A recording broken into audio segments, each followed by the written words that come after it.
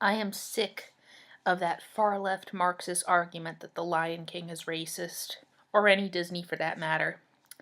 Now, I've mentioned before how I can't stand hyena biologists who try to boycott or protest The Lion King to save the hyena.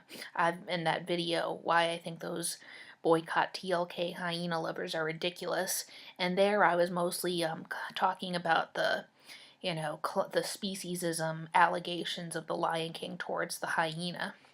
Now I'm going to deal with that other hyena controversy where a small number of people, and the reason it's a small number of people is because most people know that they're just criticizing people for having fun, accuse the hyenas in The Lion King of promoting racism. Now let me tell you, I consider The Lion King a black pride movie, and it's not just me. I know black people who also consider it that. So for one thing, it's not just the hyenas who have black voice actors or black names. In fact, almost all of the good characters have black names from African languages and also have black voice actors. Not all, but quite a few, more than the bad guys. Of the bad guys, only Shenzi and Bonsai have black. Shenzi has a black voice actress, Whoopi Goldberg, and Bonsai has a Latino voice actress, Cheech Marin. But if you actually listen to him, Marin actually Americanized his accent for the part of Bonsai, which he didn't even need to do. But he probably did it to make to make the movie a little bit more PC, and that was a move he didn't even have to make. So, Ed the hyena has the English name Edward, aka Ed, and he is voiced by white actor Jim Cummings. Scar has a white name and is voiced by Jeremy Irons, who is white. So, really, the majority of characters on The Lion King are voiced by black actors and have black African language names. So really, there's no racism there. And furthermore, it's really not so much racist as it is, a criticism, not so much a criticism, but a joke, a take that against people who are incredibly, silly and hyper and in a disrespectful way. I have a great sense of humor. As you know, I love comedy. I love being silly, as you'll know if you see a lot of my videos. However, this is one thing about me. In general, I'm a little bit more serious and solemn than your average Joe, and I think that part of me is okay. When I'm really happy, I actually prefer to cry for joy over a laugh the majority of times. When I laugh, I usually laugh like a dog, which is silently with smiling and panning, but no actual noise. And when I do actually make noise when I laugh, it's just like a few times a year, and I might make noise when I laugh for a while, but then it gets old, and then emotionally I feel like it's cheap, myself.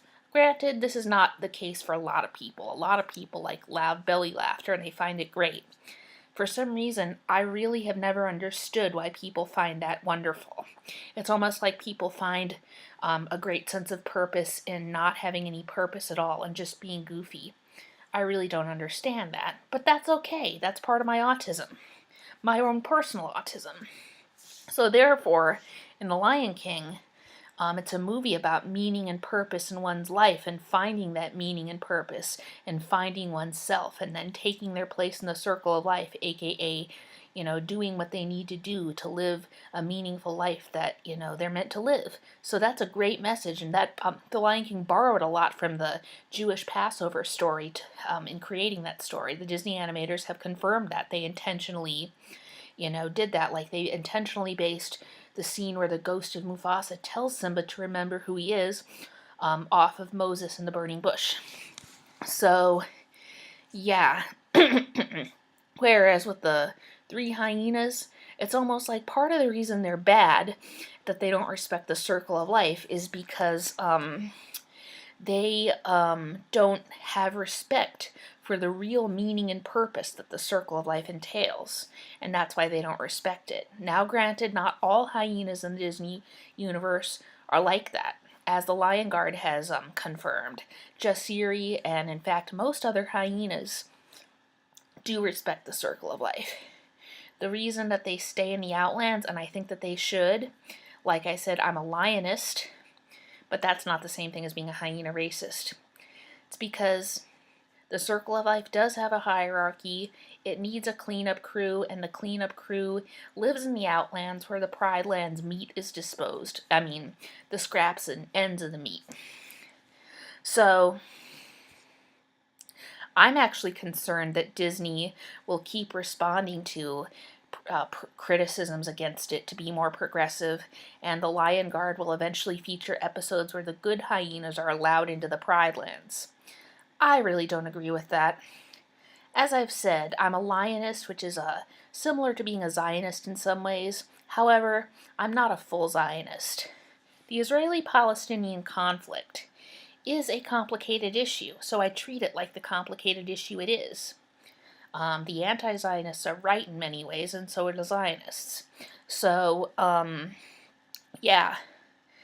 But, in somewhat comparing the fictional Lion King universe to the Israeli-Palestinian conflict, I say I'm a lionist. Oh, no, not, I'm a lionist too, I'm that too, but also a lionist, in which, I feel like in the TLK universe, even the good hyenas should stay in the outlands and not be allowed in the Pride Lands.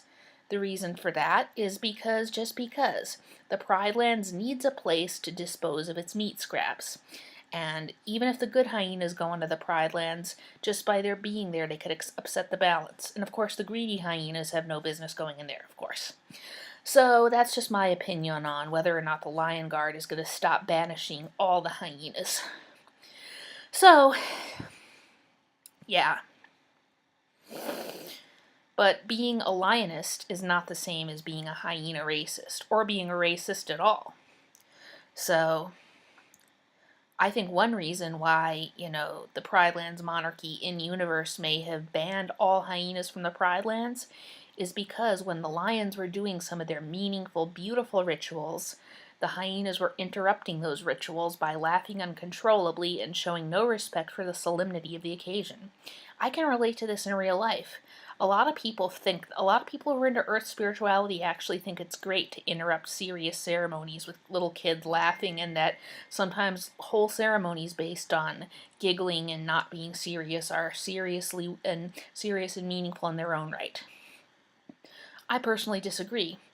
And I really find it annoying when I'm doing a beautiful, meaningful ceremony and it's interrupted. It's either interrupted by giggly, boisterous people, or it's not technically interrupted, but I hear boisterous, giggly people in the distance. In that case, I just try to tune it out. But it might have been hard to tune out in the Lion King universe if you're a lion and you're trying to sleep tonight like the song, and you can't because there are the hyenas giggling like mad in the darkness, and you just are trying to sleep.